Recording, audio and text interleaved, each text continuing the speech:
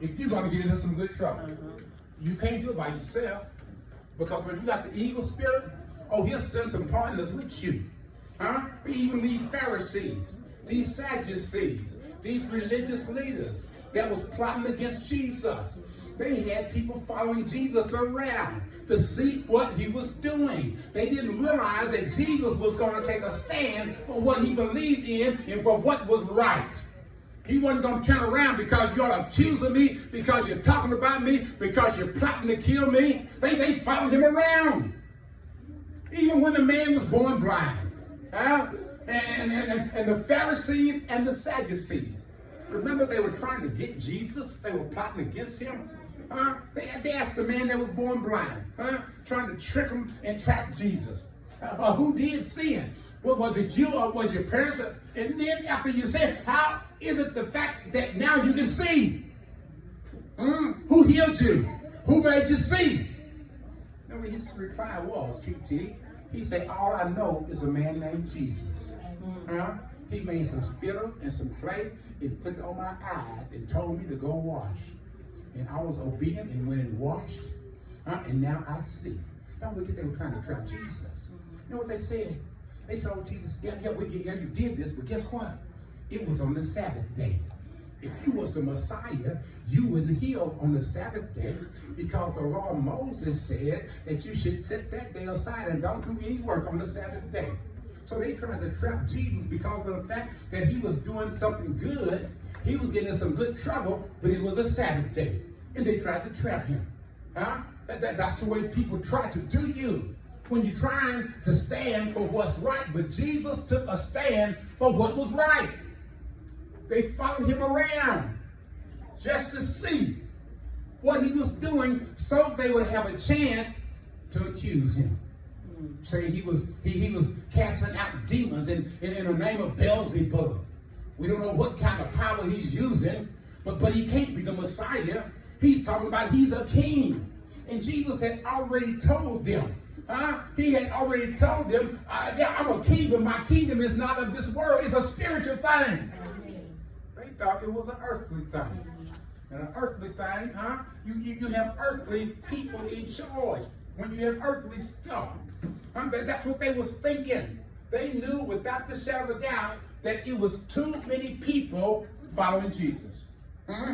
Pretty soon, everyone's going to be following him and he's going to take over. But some wanted him to, and some didn't. Because when you look at the Pharisees and the Sadducees and the religious leaders, they were trying to please the Romans.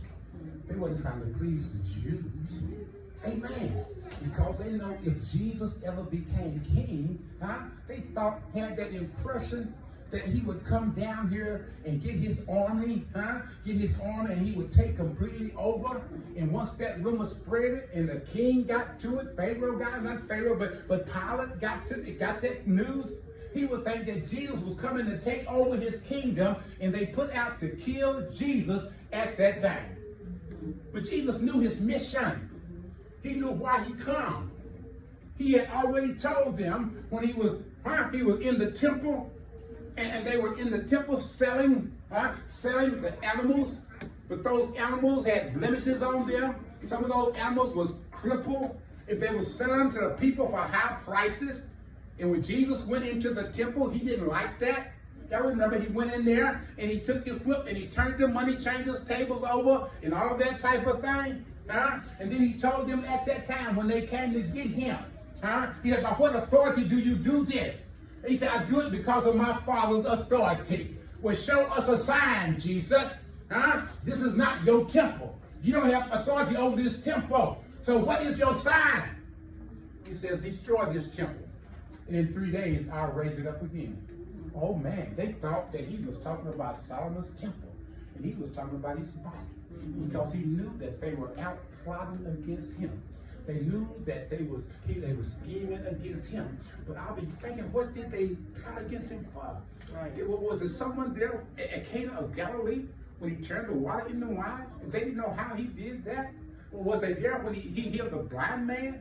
Or was he there when the centurion came to him and had his son sick at home and Jesus healed him from where he was and the centurion's son lived? I mean, what did they plot against him for? And now, before this text that we get to now, we see that Jesus' friends, Mary and Martha and Lazarus, Mary and Martha had a brother named Lazarus. And Lazarus was at the point of death until he died. And when he died, guess what? His friend Jesus took 4 days going to his house. And don't you think that those haters were watching him to see what he was going to do? And when he went to their house, they were sitting around watching. And all of a sudden, Jesus said, "Take me to the grave where you laid him."